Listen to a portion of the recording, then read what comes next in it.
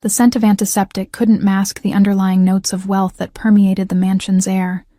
Something like aged leather, expensive cologne, and the kind of clean that only comes from daily professional housekeeping. My footsteps echoed against marble floors as I followed Mrs. Vega, the stern-faced housekeeper whose silver-streaked hair was pulled back so tightly it seemed to stretch her skin. "He doesn't like strangers," she said, without turning to look at me. Her accent was thick, Spanish, or maybe Colombian. "But we have no choice now. His regular nurse quit 2 days ago." I clutched my nursing assistant certification like it was some kind of shield. 3 months of night classes after my waitressing shifts, and this was where it had led me. To the sprawling estate of a man whose name made people in our neighborhood cross themselves, or glance nervously over their shoulders. "I understand," I said, though I didn't. Not really. All I understood was that this job paid 4 times what I made at the diner, and with Mom's medical bills piling up and Lily's college tuition coming due, I couldn't afford to be picky. Mrs. Vega stopped abruptly before a set of mahogany double doors. "Mr. Castellano values his privacy. You will assist him with bathing, dressing, and medications. Nothing more. You don't ask questions. You don't talk about what you see or hear. You come. You do your job. You leave. Understand?" I nodded, but my heart was hammering against my ribs. Everyone in the city knew of Victor Castellano, even if they'd never seen his face. His name was whispered in connection with everything from protection rackets to international smuggling. The papers called him the King of the Eastern Seaboard, but the police couldn't, or wouldn't, touch him, and now I was going to bathe him. The doors swung open to reveal a bedroom larger than my entire apartment. Sunlight poured through floor-to-ceiling windows that overlooked manicured gardens. The bed was massive, draped in what looked like silk, but it was empty. My eyes were drawn to the far corner of the room, where a man sat in a wheelchair, his back to us, facing the window. "Mr. Castellano," Mrs. Vega announced. "This is Elena Reyes, the new nursing assistant." He didn't turn around, didn't acknowledge us at all. Mrs. Vega gave me a sharp look. "I'll leave you to it. His bath is already prepared in the adjoining bathroom. Call if you need anything. There are guards outside." That last part didn't sound like an offer of help. It sounded like a warning. When the door closed behind her, the silence in the room became a living thing, pressing against my skin. I took a deep breath and stepped forward. "Mr. Castellano, I'm Elena. I'll be assisting you with your bath today." Still nothing. As I moved closer, I could see he was impeccably dressed in tailored pants and a crisp white shirt, despite being confined to the wheelchair. His dark hair was streaked with silver at the temples, neatly combed back from a strong profile. He wasn't old, maybe late 40s, but there was something in the rigid set of his shoulders that spoke of pain. "Would you like me to help you into the bathroom now?" I tried again, moving around to face him. That's when I saw his eyes, dark as midnight, sharp as blades. They cut through me with such intensity that I almost took a step back. Those eyes didn't belong to a disabled man. They belonged to a predator. "So," he said, his voice a low rumble that seemed to reverberate in my chest, "you're the one they sent to see the fallen king." His accent was slight, but unmistakable, adding a musical quality to his English. I swallowed hard. "I'm here to help with your bath, sir." A smile curved his lips, but it didn't reach those dark eyes. "Of course you are. That's what they all say at first." I wasn't sure what he meant by that, but I didn't want to ask. Instead, I moved behind his wheelchair and began pushing him toward the bathroom. He was heavier than I expected, solid muscle beneath the fine clothing. The bathroom was a marvel of marble and gold fixtures. A large tub was already filled with steaming water, the surface scattered with something that looked like flower petals. "Mrs. Vega mentioned you had an accident," I said, setting the brake on his wheelchair beside the tub. "May I ask what happened?" "No." The word was like a door slamming shut. I nodded, reminding myself why I was here. For the money. Just for the money. "I'll need to undress you now," I said, keeping my voice professional. I'd done this during my training, though admittedly, never with someone so intimidating. I'll be gentle. He turned those piercing eyes on me again. I'm sure you will be. Elena Reyes, 27, formerly of 1842 Parkview Apartments. Daughter of Maria, who has stage 3 ovarian cancer. Sister to Lily, who's studying biochemistry at State. How am I doing so far? Ice flooded my veins. How do you know all about you? He captured my wrist in a grip that was surprisingly strong. I know everything about everyone who enters my home. Your background check was thorough. My mouth went dry. That's an invasion of privacy. Privacy is a luxury you can't afford. Not with your mother's treatments costing $4,300 a month and your sister's tuition at $22,000 a year. His thumb traced circles on my pulse point, sending unwelcome shivers up my arm. Not when you're 3 months behind on rent and recently relocated to your friend Jade's couch. I snatched my hand away, anger temporarily overwhelming fear. Are you threatening me? To my surprise, he laughed. A rich, genuine sound that transformed his face. For a moment, I glimpsed the man he might have been in another life. Handsome, charismatic. If I were threatening you, Elena, you wouldn't have to ask. The smile faded. Now, are we going to continue with this bath, or would you prefer to leave? Though I should mention that the position pays $30 an hour, cash, no taxes. The amount made my head spin. That was more than I made in 3 hours at the diner. With that kind of money, I could get Mom into that clinical trial in Boston, could help Lily with her books. The bath, I said firmly. Let's continue with the bath. He nodded, seemingly satisfied. Good choice.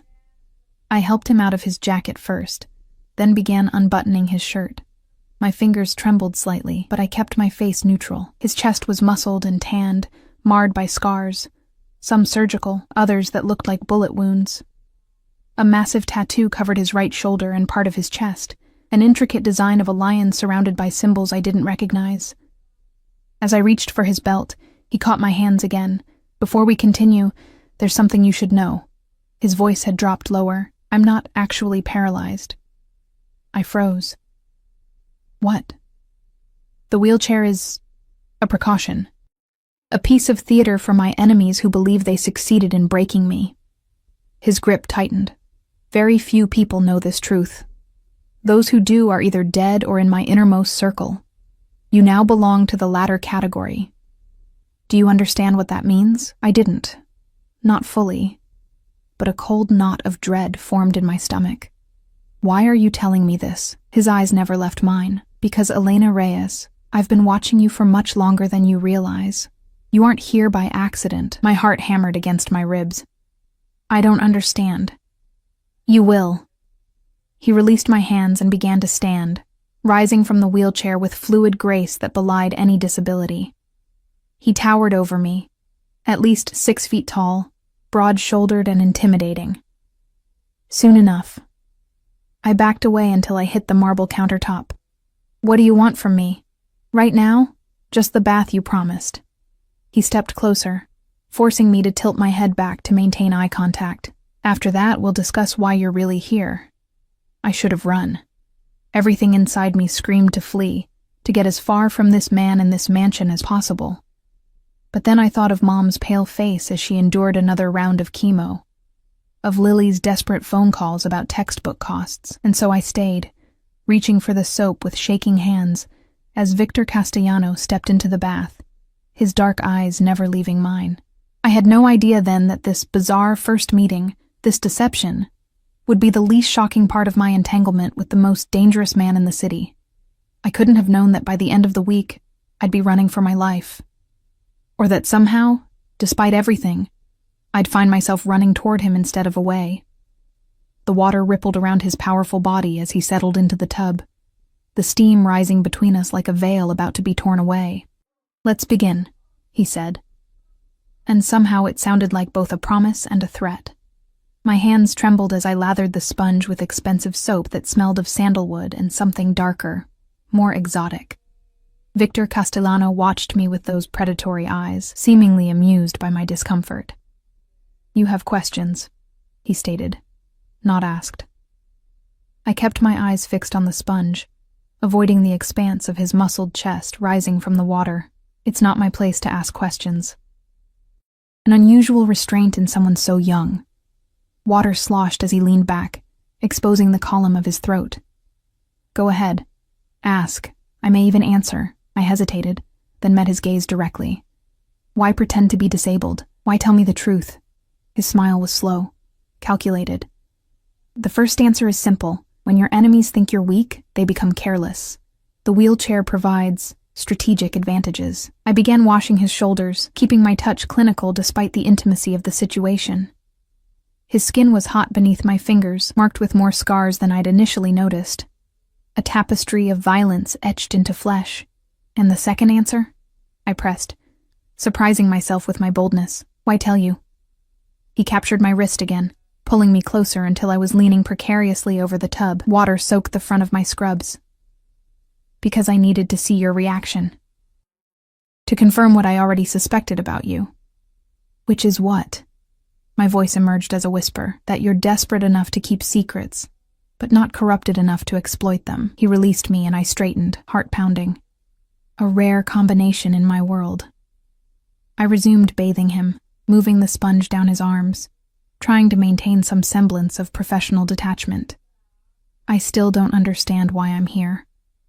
You're here because 3 months ago, a man named Daniel Reyes stole something that belongs to me. He said it casually, as though discussing the weather rather than what I assumed was a theft punishable by death in his world. The sponge slipped from my suddenly numb fingers, splashing into the bathwater. Daniel, your ex-husband, yes. Victor's expression hardened. The father of the child you lost. The room seemed to tilt sideways. How could he possibly know about that? The miscarriage had happened 4 years ago, a private tragedy that had ultimately destroyed my brief marriage to Daniel. What does Daniel have to do with me? My voice sounded strange, distant. I haven't spoken to him in years. Perhaps. But he's been watching you. And now, he's trying to use you. I shook my head, backing away from the tub. That's impossible. Daniel moved to California after the divorce. He doesn't even know where I live now. Victor reached for a towel, standing up in one fluid motion. Water cascaded down his body as he stepped out of the tub, unashamed of his nakedness. I averted my eyes, but not before noticing the lean strength of his legs. Legs that had no business belonging to someone supposedly confined to a wheelchair. Daniel Reyes returned to this city 6 months ago, he said, wrapping the towel around his waist. He's working for the Moretti family now. My rivals. The name sent a chill through me. Even I knew about the bloody territory disputes between the Castellano and Moretti crime families.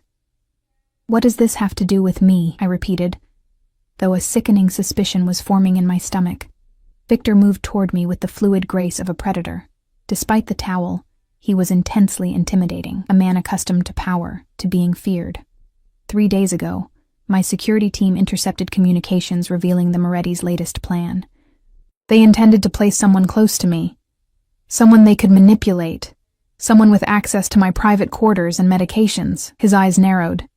Your application for the nursing position arrived the next day, with impeccable timing and references that, when investigated, proved to be falsified. No, I gasped, genuine shock flooding through me. I applied because I saw the listing online. I needed the money. The listing that was only posted for 4 hours in the middle of the night? The one requiring advanced nursing credentials that you barely possess? He raised an eyebrow. Don't insult my intelligence, Elena. I'm not working for anyone, I insisted, panic rising in my throat.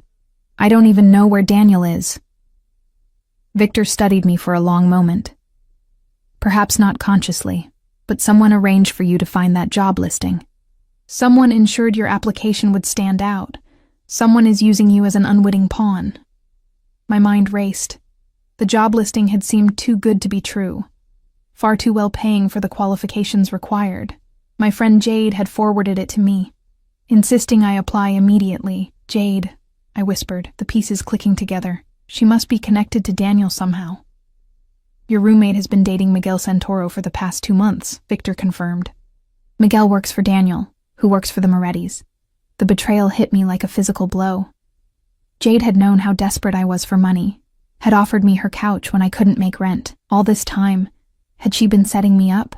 So what happens now? My voice shook. Are you going to kill me? To my surprise, Victor laughed again. That same rich sound that transformed his severe features into something almost approachable. If I wanted you dead, Elena, we wouldn't be having this conversation. He moved past me into the bedroom, where a suit had been laid out on the bed. I followed hesitantly, still trying to process everything he'd told me. Why tell me all this? I asked. Why not just turn me away at the door? He began dressing with practiced efficiency, seemingly unconcerned about my presence. Because you've unwittingly presented me with an opportunity, one that could be beneficial for us both. I crossed my arms over my chest. I'm not going to spy for you or hurt anyone. Noble, but I'm offering something simpler. He buttoned his shirt, those dark eyes fixed on me. Continue exactly as planned. Take the job. Return to your friend's apartment. Act as though nothing has changed. While doing what? Exactly. Nothing. Absolutely nothing. He smoothed down his tie. Let them think their plan is working. Let them believe you're their unwitting tool. Meanwhile, you'll be under my protection. And why would you protect me? The question came out more challenging than I'd intended. Victor moved toward me, stopping close enough that I could smell his freshly bathed skin, feel the heat radiating from his body. Because you're the perfect bait. Through you, I can feed the Morettis exactly the information I want them to have. And eventually, you'll lead me straight to Daniel Reyes and whatever he stole from me. The calculation in his voice sent a chill through me. And what happens to me when this is over? Something shifted in his expression. A softening around the eyes, so brief I might have imagined it. You'll be compensated generously. Enough to pay off your mother's medical bills and your sister's education. A new start. Somewhere far from here if you wish. It sounded too good to be true. It probably was. But what choice did I have? What if I refuse? His expression hardened again. Then you walk out that door with nothing. Return to a home where you're surrounded by people working for my enemies, and take your chances. They won't be kind when they discover you've failed in your mission, whether you were aware of it or not. A knock at the door interrupted us. Without waiting for a response, Mrs. Vega entered. Her sharp eyes taking in the scene, Victor fully dressed, me still standing awkwardly in my water-stained scrubs. Your meeting is in 20 minutes, mister. Castellano, she announced, giving me a suspicious look. Thank you, Helena. Victor nodded, then gestured to me. Ms. Reyes will be joining our staff permanently. Please show her to the guest suite where she'll be staying. Both Mrs. Vega and I stared at him in surprise. Sir? She questioned. Ms. Reyes's living situation has become compromised. She'll be safer here. Make the necessary arrangements. His tone left no room for argument. Mrs. Vega's lips thinned, but she nodded. As you wish. Victor turned to me. We'll continue our discussion over dinner. 7 o'clock. It wasn't a request. Nothing with this man was. I need to get my things, I protested weakly. My mother. Your mother will be transferred to the private wing at Memorial Hospital by this evening. He straightened his cuffs. Your sister will receive notification that her tuition has been paid in full through graduation. As for your belongings, give Helena a list of what you need. Nothing will be retrieved from your friend's apartment. My head spun. You can't just rearrange my entire life in an afternoon. The look he gave me was almost pitying. I already have, Elena. The moment you walked through my door, your old life ended. He moved toward the wheelchair, settling into it with practiced ease. The only question now is what your new life will look like. As Mrs. Vega led me from the room, I glanced back to see Victor watching me, those dark eyes calculating, assessing. I had the distinct feeling I'd just made a deal with the devil himself. The guest suite turned out to be larger than any apartment I'd ever lived in, with a 4-poster bed, sitting area, and private bathroom that could comfortably fit my entire former kitchen. Floor-to-ceiling windows overlooked the same manicured gardens visible from Victor's room, and I realized with a start that his suite must be directly above mine. Dinner is served promptly at 7, Mrs. Vega informed me, her disapproval evident in every syllable. Mr. Castellano expects punctuality. When she left, I sank onto the bed, my legs no longer able to support me. In the space of a few hours, my entire world had been upended. My job, my home, even my family's care, all now controlled by a man who moved between a wheelchair and perfectly functional legs as easily as others changed clothes. A man who believed my ex-husband had stolen from him. A man who intended to use me as bait. I should have been terrified, and part of me was. But another part, a part I didn't recognize, felt something dangerously close to exhilaration. For years, I'd been drowning in responsibility and worry, every decision dictated by financial necessity. Now, for better or worse, those decisions had been taken from me. As the afternoon sun cast long shadows across the luxurious room, I wondered what secrets this mansion held. And I wondered, with a shiver that wasn't entirely fear, what other surprises Victor Castellano had in store for me. Dinner with Victor Castellano wasn't what I expected. Instead of the formal dining room I'd glimpsed earlier, with its massive table that could seat 20, I was escorted to a smaller, more intimate space, a private terrace overlooking the city lights, set with a table for two. He was already waiting when I arrived, seated in his wheelchair, a glass of amber liquid in his hand. In the soft glow of strategically placed lanterns, with the city spread below us like a carpet of stars, he looked less like a feared crime lord and more like a successful businessman enjoying the view from his penthouse. Elena. He didn't turn, but somehow knew it was me. Right on time. I approached cautiously, taking in the elegant table setting, the bottle of wine already breathing, the covered silver platters, no Mrs. Vega in sight, no guards visible, though I had no doubt they were nearby. I didn't bring anything appropriate to wear, I said, gesturing awkwardly at my borrowed clothes, simple black pants and a blouse that had been delivered to my room, along with an entire wardrobe in exactly my size. Another unsettling reminder of how thoroughly he'd investigated me. You look perfect. His eyes tracked my movement as I took the seat opposite him, a predator watching potential prey. Are you comfortable in your new accommodations? The room is beautiful, I admitted. But it doesn't change the fact that I'm essentially a prisoner here. A hint of a smile touched his lips.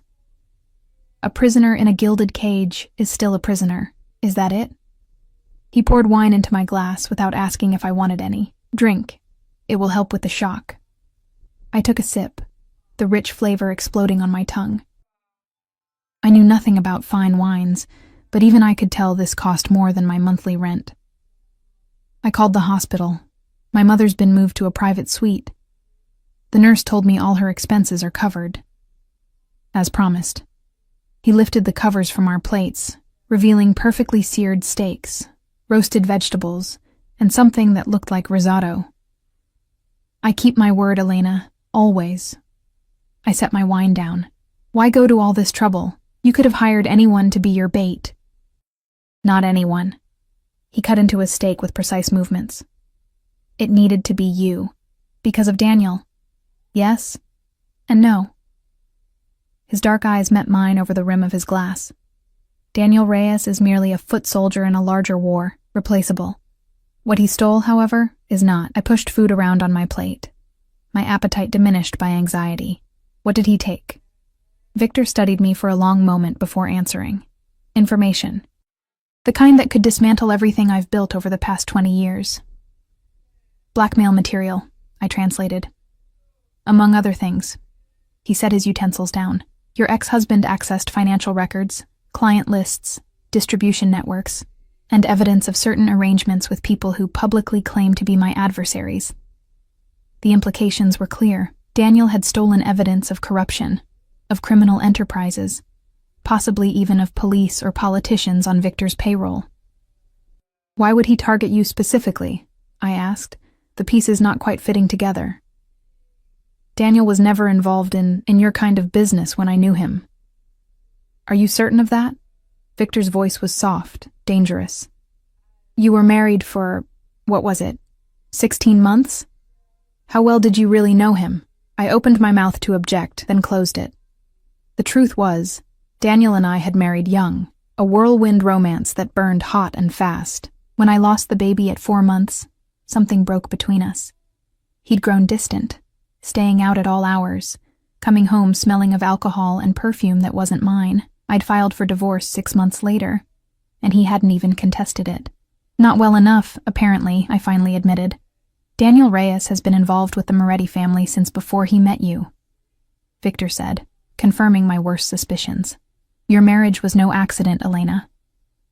The food turned to ash in my mouth. What are you saying? I'm saying you were targeted from the beginning. Your mother worked as a housekeeper for one of my associates. Through her, Daniel could access information about my organization. Or at least, that was the plan. My hands began to shake. That's not possible. My mother cleaned houses for wealthy families, yes, but she never mentioned Santiago Vega, my cousin. Your mother worked in his home for 6 years. The room seemed to spin around me. Santiago Vega. I'd met him once or twice when picking my mother up from work. A handsome, serious man who always treated her with respect. I'd had no idea he was connected to Victor Castellano or the criminal underworld. Mom never said anything, I whispered. She wouldn't have known. Santiago keeps his business and family connections separate from his public life. Victor refilled my wine glass.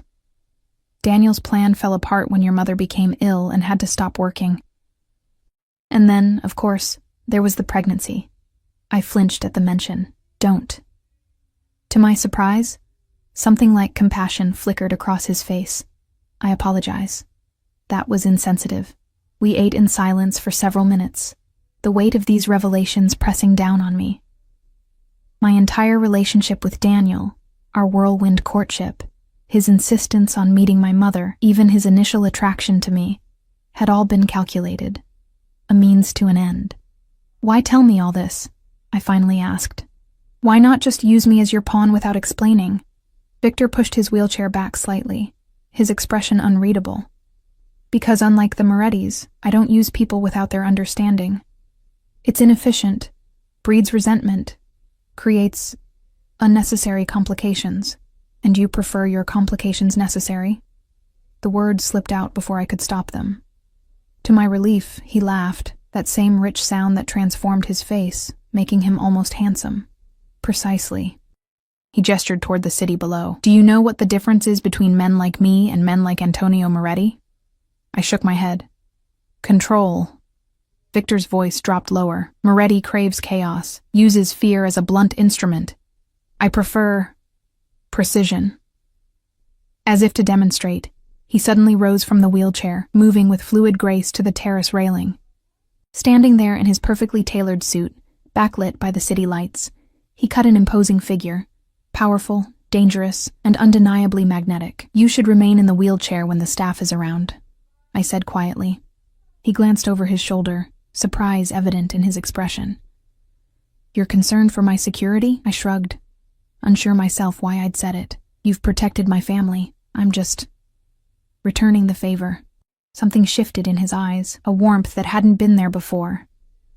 He returned to the table, but didn't sit back in the wheelchair. Instead, he took the chair opposite me, leaning forward with an intensity that made my breath catch. Tomorrow, he said, you'll begin your official duties as my nurse. You'll administer fake medications, help me maintain the charade of disability, and report back to your friend Jade that everything is proceeding as planned. I nodded slowly. And then we wait. His fingers drummed once on the table, the only sign of impatience. The Morettis will make contact, likely through Jade. They'll want information. Access codes, schedules. You'll provide exactly what I tell you to provide. Won't they be suspicious if I suddenly have access to sensitive information? Victor's smile was cold. They expect you to use your feminine charms to extract information from a lonely, disabled old man. We'll let them believe their plan is working. Heat flooded my cheeks at the implication. I'm not going to seduce you for information. Aren't you? His gaze traveled slowly down my face to my throat, lingering there before returning to my eyes. That would be disappointing. The air between us seemed to thicken, charged with something dangerous and electric. I took a large swallow of wine, trying to break the tension. What happens when Daniel makes contact? I asked, bringing us back to the matter at hand. When he does, you'll arrange a meeting, somewhere public, somewhere he feels safe. Victor's expression hardened. And then my men will recover what was stolen. And Daniel? Victor studied me. Does it matter to you what happens to the man who married you as part of a criminal conspiracy? Who watched you suffer the loss of your child and then abandoned you? I wanted to say no, wanted to feel nothing but hatred for the man who had apparently used me in the worst possible way. But the truth was more complicated. I don't want his blood on my hands, I said finally. Victor nodded, as if my answer confirmed something for him. If he cooperates, he lives. That's the most I can promise. It was more than I expected. I nodded, accepting the terms of our strange arrangement. As if on cue, Mrs. Vega appeared to clear our plates and bring dessert, some kind of chocolate confection that under normal circumstances would have delighted me. Tonight, though, food was the last thing on my mind. One last thing, Victor said as Mrs. Vega retreated. While you're staying here, you'll be under constant protection. My security team will accompany you anytime you leave the estate. I can take care of myself, I protested. I'm sure you believe that. His tone was patronizing, but the Moretti family is not known for their subtlety or mercy. If they suspect you're working with me rather than against me, they won't hesitate to eliminate you. The casual way he referred to my potential murder sent a chill through me. This is really happening, isn't it? I'm caught in the middle of a mob war. Yes. No sugarcoating, no reassurance, just cold, hard truth. But you have one advantage they don't expect. What's that? His hand covered mine on the table, warm and strong. Me. The simple touch sent an electric current up my arm, disturbing in its intensity. I pulled away, unnerved by my body's reaction to this dangerous man. It's been a long day, I said, pushing my chair back. I should get some rest before tomorrow. Victor didn't try to stop me, simply nodded. Franco will escort you to your room. Don't leave it until morning. The security system is set to full alert after midnight, and the consequences of triggering it would be unpleasant.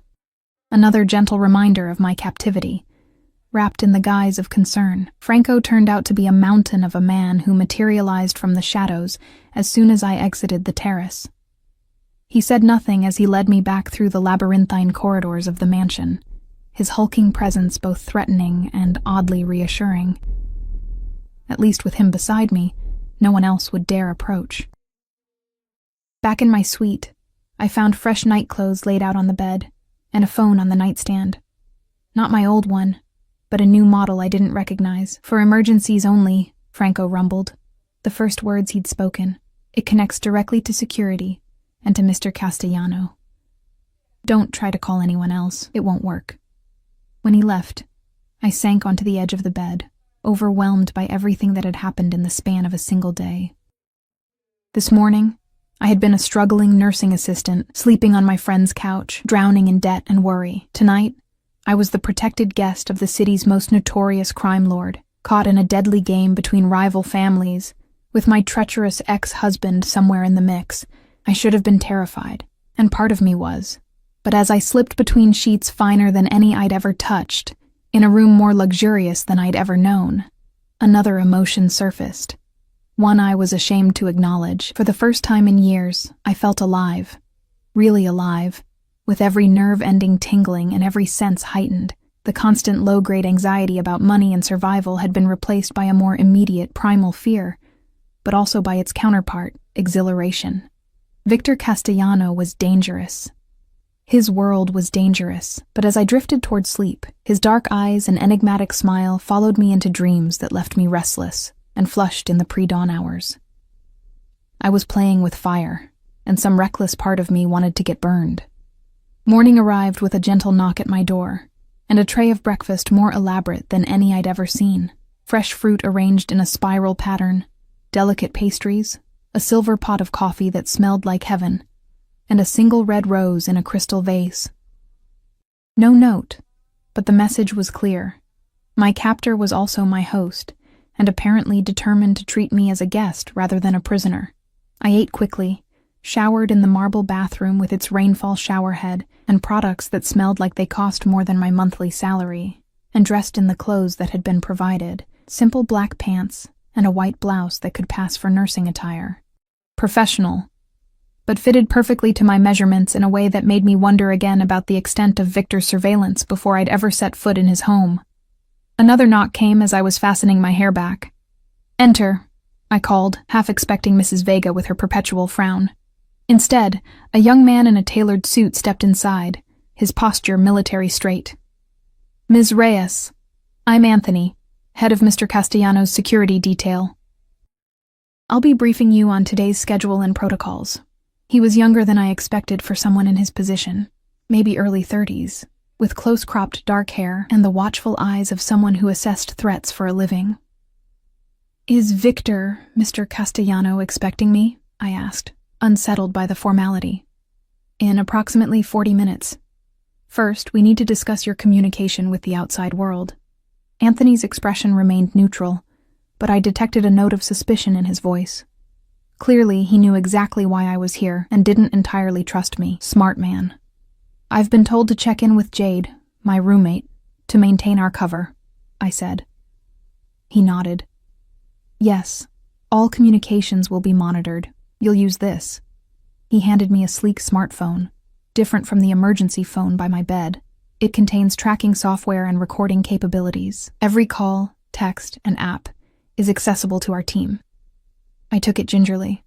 So much for privacy. "Privacy is a luxury you surrendered when you entered this house, Ms. Reyes."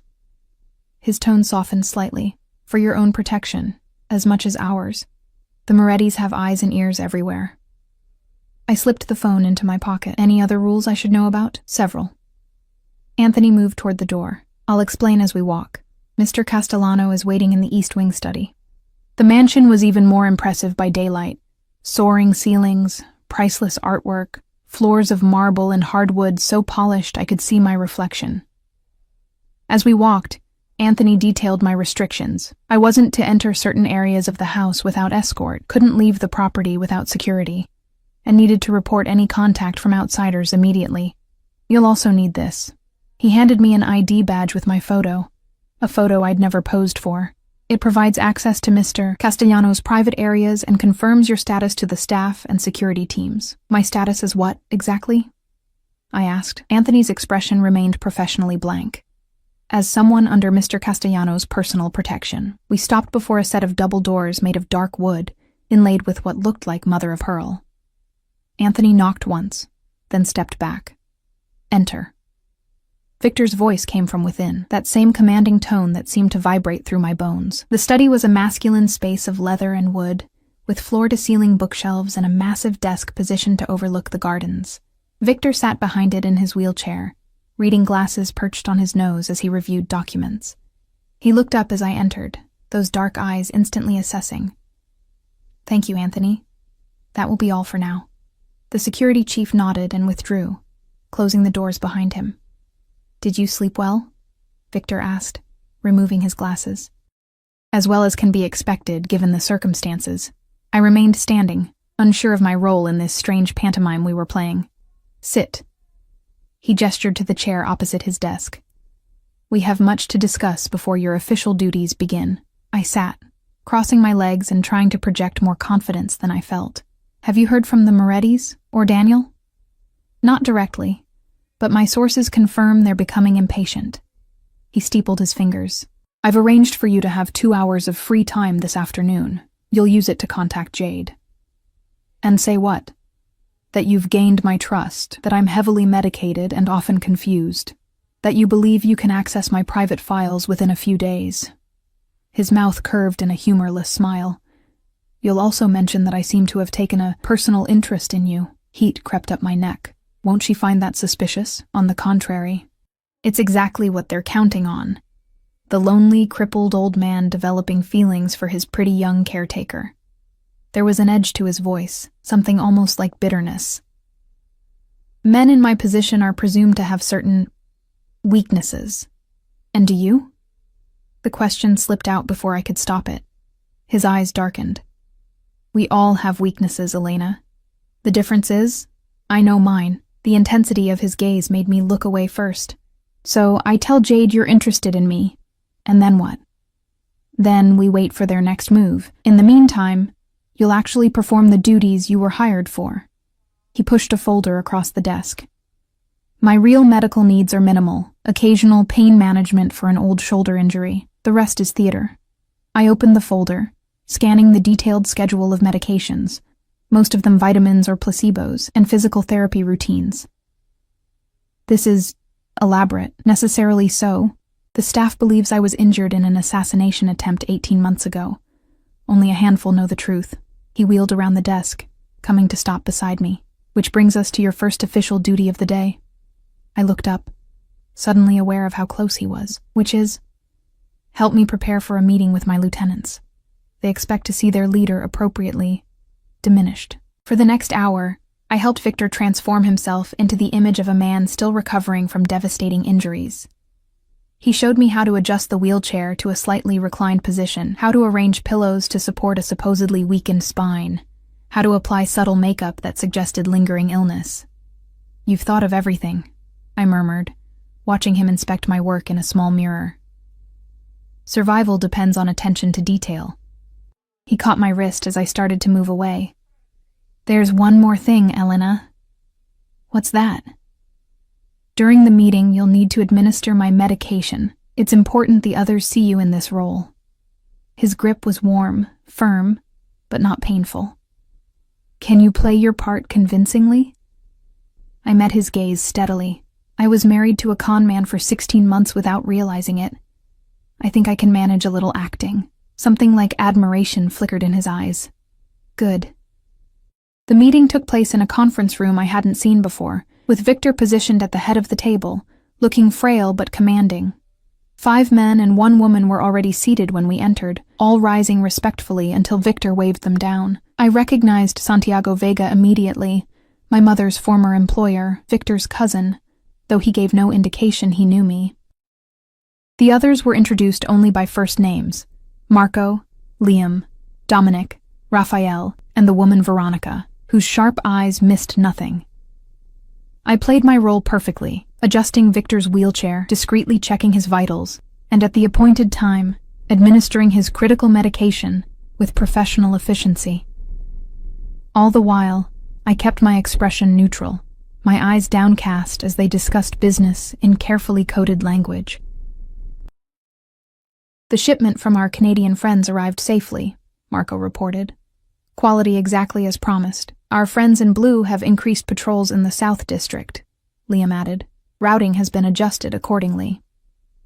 On and on it went, a business meeting like any other, except that the business was clearly illegal. I tried not to listen too carefully, giving myself plausible deniability. Halfway through, the conference room doors opened, and Mrs. Vega entered with refreshments. As she set the tray down, her eyes met mine with undisguised suspicion. I'd been in the house less than 24 hours, and already I was participating in confidential meetings. Her disapproval was palpable. After she left, Victor addressed the group again. There's been movement from the Moretti side. They're seeking leverage.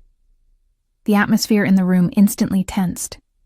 What kind of leverage? Veronica asked, her voice sharp. Victor's hand found mine on the arm of his wheelchair, a gesture that appeared to be seeking comfort, but was actually a signal we'd discussed earlier. I dutifully adjusted his position, leaning closer as if checking his comfort. The personal kind, he replied, his eyes meeting each of theirs in turn. They've sent someone to infiltrate my household staff. Shocked murmurs rippled around the table. Who? Santiago demanded. It's being handled, Victor said with finality. Ms. Reyes is assisting with the situation. All eyes turned to me, assessing, calculating. I kept my expression neutral, though my heart hammered in my chest. Can she be trusted? Dominic asked bluntly. Victor's fingers tightened on mine. With my life. The statement hung in the air, weighted with meaning I couldn't fully decipher. Was it part of the act or something more? The uncertainty made my pulse quicken. After the meeting concluded and the others filed out, Victor released my hand. You did well, he said softly. What was that about? I asked. Why tell them I'm helping you? Because you are. He wheeled toward the door. And because now they'll be watching you too. Additional protection. Or additional suspicion, I countered. He smiled, a genuine expression that softened his features. You're learning quickly, Elena. Good. The rest of the morning passed in a blur of activity as I shadowed Victor through his daily routine. He maintained the wheelchair charade whenever staff was present, but when we were alone in his suite, he moved freely, his powerful body betraying no hint of the disability he pretended to have. At precisely 2 p.m., Anthony appeared to escort me to the garden for my free time. Victor and I had rehearsed what I would say to Jade, how I would appear both nervous and excited about my new position. The garden was beautiful, with winding paths through roses and sculpted hedges, fountains providing a gentle soundtrack that would make electronic eavesdropping difficult. I sat on a stone bench near a particularly noisy water feature and pulled out my phone. Jade answered on the second ring. Elena? Oh my God, are you okay? I've been so worried. The concern in her voice sounded genuine, making me wonder if she was an unwitting pawn in this game too. Or maybe she was just a very good actress. I'm fine, I said, injecting a note of breathless excitement into my voice. Better than fine, actually. This job is... It's incredible, Jade. Really? I mean, that's great, but... Isn't it creepy there? With him? I lowered my voice conspiratorially. It's nothing like I expected. He's not scary at all, just lonely. And he's kind of amazing, actually. Amazing? The guy's like ancient and in a wheelchair. The disgust in Jade's voice seemed real. He's not that old, I defended, surprised by how natural it felt. Maybe late 40s. And he's... I don't know. There's something about him. He treats me like I'm special. Jade's tone changed, becoming calculating. Special how? He talks to me. Really talks to me. About books and music and his travels. And he's attentive. The way he looks at me sometimes. I let my voice trail off suggestively. Elena. Jade sounded concerned now, but I could hear the excitement underneath. Are you saying he's into you? I think so.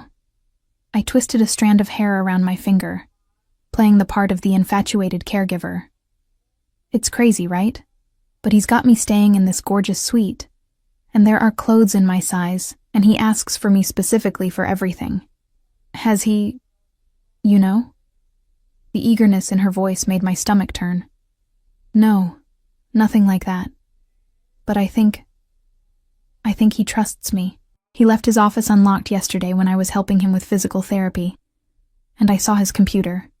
The password was right there on a sticky note. I could practically hear Jade salivating on the other end of the line. Did you try it? Not yet. I'm scared, but... I lowered my voice further. He takes these pills that make him really out of it for a couple hours. I'm the one who administers them. Oh my God, Elena, this is... Jade paused, as if catching herself. I mean, be careful, okay? Men like that, they can be unpredictable. I know. But the money is incredible, Jade. And my mom, they've moved her to this amazing private suite at Memorial. All her treatments are covered now. That's great. Her voice had an odd edge to it. Listen, an old friend is in town and wants to meet up. Do you think you could get away for coffee tomorrow? The cafe on Westlake? My pulse quickened. This was it. The contact we'd been waiting for. I might be able to get a couple hours off, I said carefully. Who's the friend? Just someone from college. No one you know. The lie came easily to her. Around 2 tomorrow? The place with the good scones? I'll try. I made myself sound eager but uncertain. I have to go. He'll be expecting me for his afternoon treatment. I'll text you tomorrow if I can make it. After ending the call, I sat for a moment, trying to calm my racing heart. I'd just set up what was almost certainly a meeting with Daniel, or one of his Moretti connections. The trap was being laid, exactly as Victor had predicted. I found him in his private office, standing by the window, watching the same garden where I'd just made my call. He turned as I entered, his eyes questioning. She took the bait, I confirmed. Someone wants to meet tomorrow at 2. Westlake Cafe. Victor nodded, seeming unsurprised. Daniel will be there. Or Miguel, at minimum. What happens now? Now, he said, moving toward me with that fluid grace that still caught me off guard. We prepare you for the meeting. They'll try to extract information, perhaps give you devices to plant in my office. You need to be convincing. He stopped directly in front of me, close enough that I could smell his cologne, something expensive and subtly masculine. Can you face your ex-husband without giving away our arrangement? I thought about Daniel, about the baby we'd lost, about the life I'd thought we were building together. All a lie. A means to an end for him. The hurt bloomed fresh in my chest. But beneath it was something harder, colder. Yes, I said with certainty. I can face him. Victor's hand came up to brush a strand of hair from my face, the gesture unexpectedly gentle. You're stronger than they know, than perhaps even you know. His touch lingered, trailing down to the pulse point at my throat. My breath caught as his fingers rested there, feeling the rapid beating of my heart. We should practice, he murmured, his voice dropping lower. Make it convincing. Practice what? My voice was barely a whisper. His dark eyes held mine, the infatuation they expect you to feel, the weakness they believe I have for you. The air between us seemed to thicken, charged with something dangerous and electric. This wasn't part of our agreement, wasn't necessary for the plan. And yet I couldn't bring myself to step away as his hand slid to cup the back of my neck. Is this part of the act? I managed to ask. His smile was slow, predatory. What do you think, Elena? Before I could answer, the office door opened and Santiago Vega stepped in, stopping abruptly when he saw us standing so close. Forgive the interruption, he said, his eyes moving between us with newfound interest. I can return later. Victor didn't move away immediately, his hand lingering at my neck for a moment longer before dropping to his side. No need. Ms. Reyes was just updating me on her call to our friend. Santiago nodded, but the speculation in his eyes was clear. The scene he'd walked in on had only reinforced the narrative we were creating. The vulnerable nurse falling for her powerful employer, the crime lord developing an inappropriate attachment to his caregiver. As I excused myself and left the room, I couldn't help but wonder how much of it really was an act. The heat of Victor's touch lingered on my skin, a phantom sensation that followed me back to my suite, where I sat on the edge of my bed, trying to sort truth from fiction in this elaborate game we were playing. Tomorrow, I would face Daniel for the first time in 4 years, would see the man who had married me as part of a criminal conspiracy, who had watched me grieve our lost child while plotting to use me against Victor Castellano, the man who had broken my heart.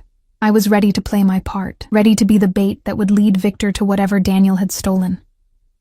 What I wasn't ready for was the realization that somewhere in the midst of all this deception, I had begun to care what happened to the dangerous man who had turned my life upside down. And that, more than anything, terrified me. The Westlake Cafe was busy enough to provide anonymity, but not so crowded that I couldn't spot the security detail Victor had arranged. Anthony at a corner table pretending to read a newspaper, 2 others strategically positioned near exits. I recognized them from their subtle earpieces and the vigilant way they scanned the room, never lingering too long on any one person. I wore a simple sundress from the wardrobe provided at the mansion, my hair loose around my shoulders, the picture of a young woman enjoying her day off, not someone involved in a dangerous game between rival crime families. Jade was already there when I arrived, nervously stirring a latte. She jumped up to hug me, the gesture feeling hollow now that I knew her true role in all this. "You look amazing," she said, studying me with surprised admiration. "That place must be treating you well." I offered a shy smile, playing my part. "It's different, but good different, you know? I'm glad." She glanced toward the door. "Listen, my friend is running a little late. Let me get you something while we wait. Just tea?" "Thanks." I settled into the chair across from hers, positioning myself so I could see both the entrance and Anthony's watchful form. Jade returned with my tea and a nervous smile. "So, tell me everything. What's it like living in that mansion?" I launched into the story Victor and I had crafted. How attentive he was, how he seemed lonely despite his wealth and power, how he'd begun confiding in me about his business. I described the medications that supposedly left him disoriented, the computer with sensitive information I could access. "Elena." Jade reached across the table to squeeze my hand, her eyes suddenly serious. "I need to know something." Do you have feelings for this man? The question caught me off guard. It wasn't part of the script we'd prepared. Before I could answer, movement near the door caught my attention. A man entered the cafe, and though 4 years had passed, I recognized him instantly. Daniel. He looked different, more polished, his once shaggy hair now expensively cut, his casual clothes replaced by a tailored suit. But his eyes were the same, that warm brown that had once made me feel safe. Now they just made me feel hollow. "There's my friend," Jade said with forced brightness, waving him over. "Dan, over here." He approached our table with practiced confidence, his smile not quite reaching his eyes as they locked with mine. "Elena." My name on his lips sent an unexpected shiver through me, not of attraction, but of visceral memory. This was the voice that had whispered love to me, had promised forever, had told me everything would be okay as I lay bleeding in a hospital bed, losing our child. All lies. "Daniel." I managed to keep my voice steady. "It's been a while. Too long." He bent to kiss my cheek, his cologne unfamiliar and expensive. "You look wonderful." Jade stood abruptly. "I just remembered I have to make a call. Work emergency. I'll be right back." She disappeared, leaving me alone with the man who had shattered my life once before, and was now attempting to use me again. Daniel slid into her vacant chair. "I was surprised to hear you're working for Castellano now." I sipped my tea to hide my trembling hands. Life takes unexpected turns. Indeed it does. His eyes studied me with an intensity that once would have made me blush. Now it just made my skin crawl. "How are you finding it? Working for the most dangerous man in the city?" I played the role we'd rehearsed, describing Victor as brilliant but weakened, intimidating but increasingly dependent on me. I watched Daniel's expression shift from skepticism to calculated interest. "He trusts you," Daniel stated. Not a question. I lowered my voice. "More than he should. I think he's lonely." And I remind him of someone from his past, someone important. "And he's given you access to his private quarters? His computer?" "Limited access," I said cautiously, "but growing. He likes having me nearby when he's working." Daniel reached across the table, his fingers brushing mine in a gesture that might have appeared affectionate to observers but felt predatory. "Listen carefully, Elena. This is important. Castellano has files, financial records, client information that certain people need. Why would I help you steal from him?" I pulled my hand away, feigning confusion. "The pay is good, Daniel. Better than good. And he's been kind to me." "Kind?" Daniel's laugh was cold. "Victor Castellano isn't kind to anyone.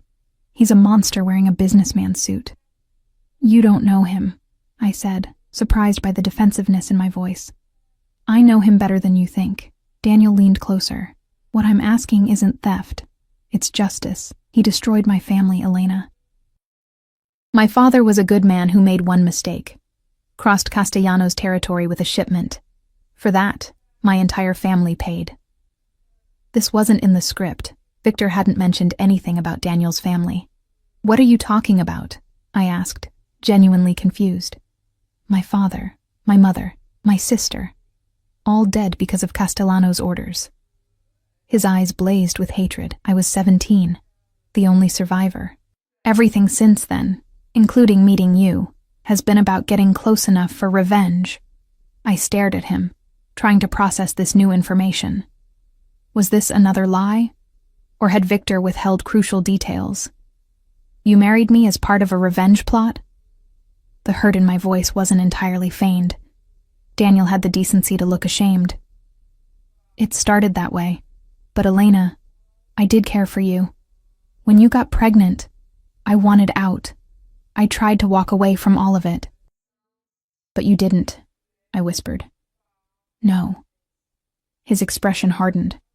"Because Castellano doesn't let people walk away. The day after I told Moretti I was done, you miscarried." Ice flooded my veins. "What are you saying?" "I'm saying it wasn't an accident." Daniel's voice dropped lower. "The fall you took on those stairs, the tea you were drinking that made you so dizzy. Castellano knew about the pregnancy, knew I was trying to leave. He made sure you lost that baby." The cafe seemed to tilt around me. This couldn't be true. Victor couldn't have. But how well did I really know him? A crime lord, a man who lived by violence and deception. You're lying, I said, but doubt crept into my voice. Am I? Daniel's eyes held mine. Ask yourself why he's so interested in you now. Why he moved your mother to that hospital where his people can watch her. Why he's keeping you close. It's not coincidence, Elena. It's control. I felt sick. Memories of my miscarriage flooding back.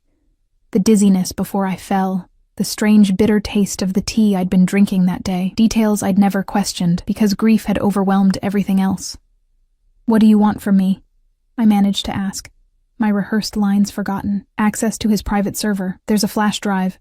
He slipped something into my hand under the table. This will extract everything automatically. Just plug it in, wait for the light to turn green, then remove it. 2 minutes. Tops. I stared at the small device now concealed in my palm. And then what? Then you leave. Get out of that house, take your mother, and disappear. I'll have new identities waiting. Somewhere safe. Far from here. His eyes softened. I owe you that much, at least. Why should I trust you? I asked, genuine anger seeping into my voice. You lied to me for our entire relationship. Not about everything. Daniel reached for my hand again, and this time I didn't pull away. Not about caring for you. I made terrible choices, Elena. Let me make this one right. I looked into the eyes of the man I'd once loved, searching for truth among the lies. If what he was saying about Victor was true, about my miscarriage, about my mother being monitored rather than protected, then I was in even more danger than I'd realized. I need to think, I said finally.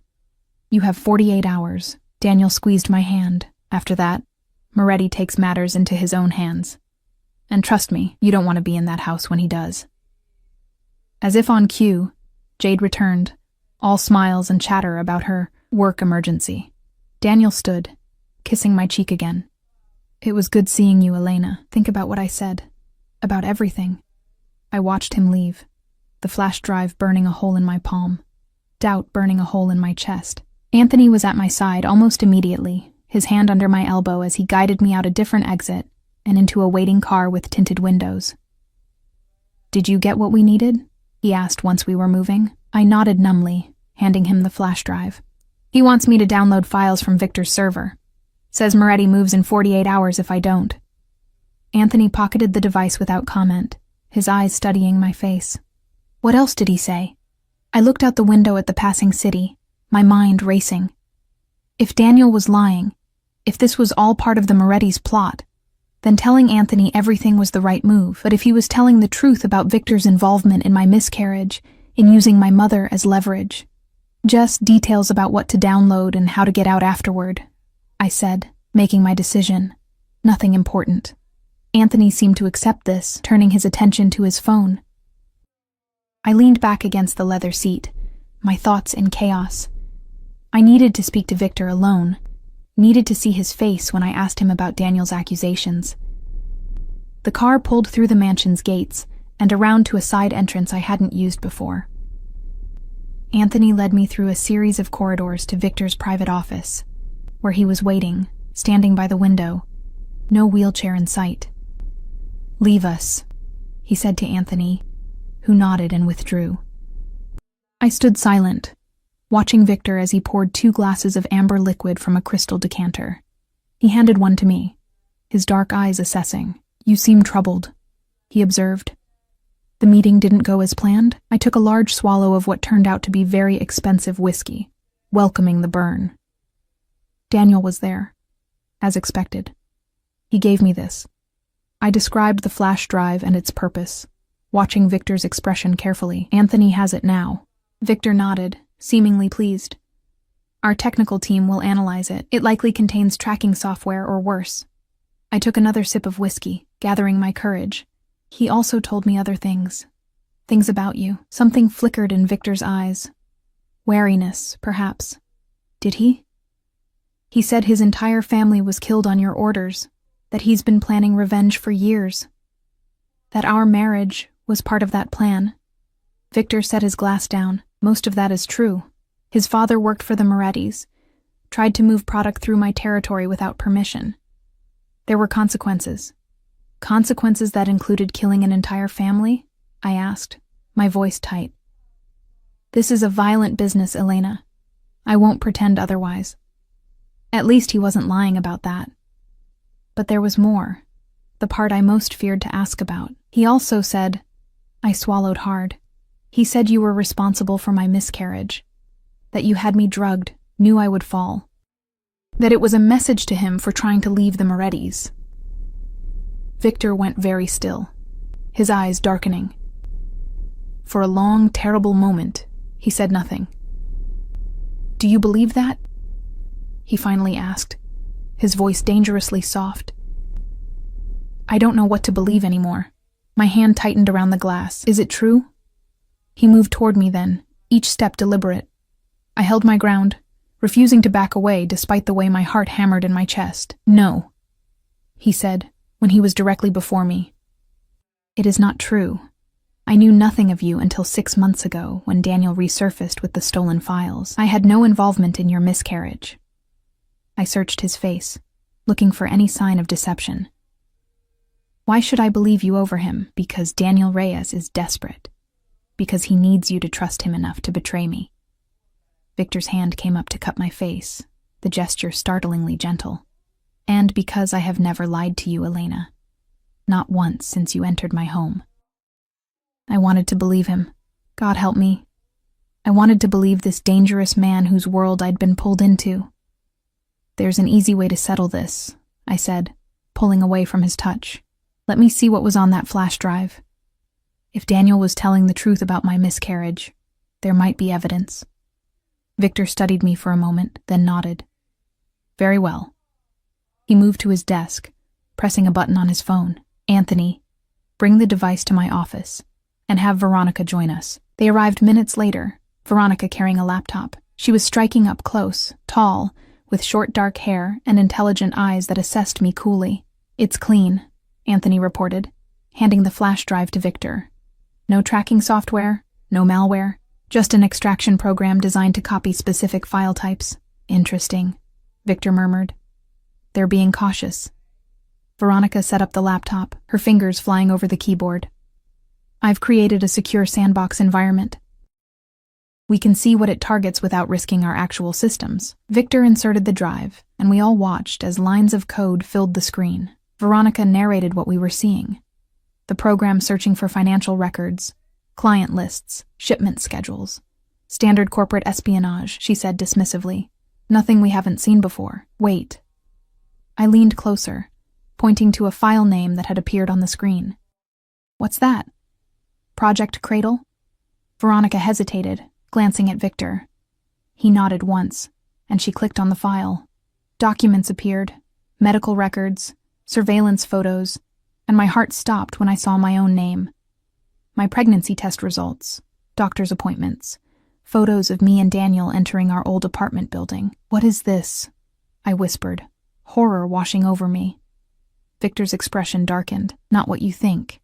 So, he scrolled through the documents rapidly until he found what he was looking for. An internal memo with the Moretti family crest at the top. Asset DR reports positive pregnancy test. I read aloud. Value of asset increases. Proceed with Operation Cradle as discussed. More documents followed. Detailed surveillance of my daily routines. Chemical analyses of something called Compound T17. Medical projections of miscarriage probabilities at different dosages. They planned it, I said numbly. The Morettis. Daniel's people. They caused my miscarriage. Yes. Victor's voice was gentle but firm. Antonio Moretti discovered Daniel had developed real feelings for you. The pregnancy threatened his loyalty, his focus on their vendetta against me. So they eliminated the threat. Tears burned my eyes as the truth hit me with devastating clarity. And Daniel knew. He had to have known. He may not have ordered it, Victor said. But he knew afterward. These files make that clear. He chose to stay with them, to continue his mission, and to blame me instead. The betrayal cut deeper than I thought possible. Not just that Daniel had married me as part of a revenge plot, but that he'd known who was responsible for our baby's death and had stayed loyal to them anyway. Why would he tell me it was you then? I asked, wiping away tears. Why try to turn me against you now? Victor closed the laptop gently. Because he knows I've found evidence linking the Morettis to your miscarriage. These files, he tapped the flash drive, were part of what he stole from me 6 months ago. My investigation into their operations uncovered their involvement in what happened to you. That's why I've been watching you, Elena. Not to use you, but to protect you from them. Anthony and Veronica exchanged glances, clearly surprised by this revelation. You've been investigating my miscarriage for 6 months? I asked, disbelieving. Why would you care about something that happened to a stranger 4 years ago? Victor dismissed Anthony and Veronica with a nod. When the door closed behind them, he turned back to me. Because your mother worked for my cousin for 6 years. Because Santiago considered Maria family. And by extension, so did I. When she became ill, and I learned what had happened to her daughter, to you, I made it my business to uncover the truth. So all of this, bringing me here, my mother's medical care, the protection, it wasn't just about catching Daniel or recovering files. Victor moved closer, his eyes intent on mine. The files were important, but ensuring your safety, giving you the truth about what happened to your child, that became equally important. I searched his face, looking for deception, but finding only sincerity. What happens now? Daniel said Moretti moves in 48 hours. Now, we end this. Victor's expression hardened. We feed them exactly what they expect. You, apparently betraying me with the files they want. But the information will be altered, designed to lead them into a trap. And Daniel? Victor studied me. That depends on you, Elena. What do you want to happen to the man who used you, who knew the truth about your miscarriage and chose to protect those responsible? Heat flooded my veins. Not fear or attraction this time, but rage. Pure, clarifying rage. I want him to face justice, I said firmly. Real justice. Not just for what he did to me, but for helping the people who killed our child. Victor nodded, something like approval in his eyes. Then justice he will have. The next 36 hours passed in a blur of preparation. I called Daniel, told him I'd do what he asked. Victor's team prepared a modified version of the files, ones that would appear genuine but contain subtle traps and misinformation. When the moment came, I met Daniel not at the cafe as he'd suggested, but at a public park of my choosing, one where Victor's security team could maintain better control of the situation. I wore a wire, carried the doctored flash drive, and approached my ex-husband with a newfound sense of purpose. You have it? He greeted me with a kiss on the cheek that made my skin crawl. Everything you asked for. I handed him the drive, watching his face carefully. Financial records, client lists, shipping manifests. It's all there. Relief washed over his features. You've done the right thing, Elena. Now we need to get you somewhere safe. Moretti's men move tonight. Before I go anywhere with you, I said evenly, I need to know the truth. Daniel's smile faltered. What truth? About our baby. About who really caused my miscarriage. His face paled slightly. I told you, Castellano. Stop lying. My voice was steel. I saw the files, Daniel. The ones with the Moretti letterhead. Operation Cradle. Compound T-17. I saw it all. For a moment, he seemed genuinely shocked. Then his expression hardened. You shouldn't have seen those, but I did. I stepped closer, anger giving me courage. You knew. All this time, you knew it was the Morettis who killed our baby, not Victor, and you stayed with them anyway. You don't understand how this works, Elena. Daniel's voice lowered, grew dangerous. You don't just walk away from people like Antonio Moretti. I did what I had to do to survive. By blaming an innocent man? By trying to use me again? He laughed bitterly. Innocent? Victor Castellano? He's got more blood on his hands than anyone in this city. Maybe, but not our baby's blood. I stepped back, giving the signal we'd arranged. That's on the Morettis, and on you. Daniel's eyes widened as he realized what was happening. He reached inside his jacket, for a weapon, I assumed, but never completed the movement. Victor's men emerged from concealment, surrounding us in seconds. And then Victor himself appeared, walking toward us with the calm confidence of a man accustomed to power. No wheelchair, no pretense of weakness, just controlled strength and deadly purpose. Daniel Reyes, he said, his voice carrying across the suddenly silent park. It's been a long time. Daniel's face contorted with hatred. Not long enough, Castellano. I think Ms. Reyes deserves to hear you admit the truth. Victor stopped beside me, his presence reassuring rather than threatening. About her miscarriage, about the Moretti's role, about your knowledge of it. Go to hell, Daniel spat. Victor sighed, then nodded to one of his men, who stepped forward with a tablet. He played a recording. Daniel's voice clear as day. I knew about the baby. I told Antonio it might be a problem. I didn't know what they were planning until after, I swear. But what was I supposed to do? Turn against the Morettis? It was from a phone call, I realized. They'd been monitoring him all along. Daniel lunged forward suddenly, but was restrained before he could reach either of us. You've lost, Daniel, Victor said calmly. The flash drive you're holding contains nothing of value. The real files, including those documenting the Moretti's role in Elena's miscarriage, have already been delivered to federal prosecutors, with evidence of money laundering, drug trafficking, and conspiracy to commit murder. Daniel's face went ashen. You're bluffing. You'd never work with the feds. For this? Victor's hand found mine, his grip warm and steady. I made an exception. Later, as we watched from the tinted windows of Victor's car, federal agents swarmed a Moretti-owned restaurant across town. Daniel had already been taken away, not by Victor's men, but by federal marshals. The evidence against him and the Morettis was overwhelming, Victor assured me. Justice, of a sort, would be served. What happens now? I asked as the car pulled away, heading back to the mansion. To me, I mean. Victor studied me, his dark eyes unreadable. That depends on you, Elena. Your mother's medical care is guaranteed regardless. Your sister's education as well. You're free to go wherever you wish, start a new life away from all this. And if I don't want to go? The words surprised me as much as they seemed to surprise him. Why would you stay? He asked carefully. I turned to face him fully, because in the strangest way, the past week has been the most honest relationship I've ever had. You never pretended to be anything other than what you are.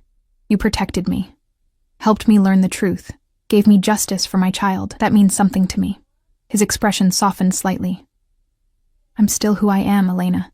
A man with enemies, with blood on his hands. My world is dangerous, I know. I reached for his hand, a gesture that felt both daring and right. But it's also the world where I found truth, where I found whatever this is between us. He entwined his fingers with mine, studying our joined hands. It won't be easy. And nothing worth having ever is. I smiled faintly. Besides, you still need a nurse for your elaborate wheelchair charade. Might as well be someone who knows the truth. Victor laughed then, that rich sound that transformed his face and made my heart skip. I suppose I do. As the car carried us back to the mansion that had begun as my prison and somehow become something else, a sanctuary perhaps, or the beginning of something I couldn't yet name, I realized that life rarely gives us neat fairy tale endings. Instead, it gives us complicated truths, unexpected allies, and sometimes, if we're brave enough to reach for them, second chances born from the ashes of our deepest wounds. The Victor Castellano the world feared wasn't gone. He was still the dangerous, powerful man who commanded an empire from both a wheelchair and on his feet.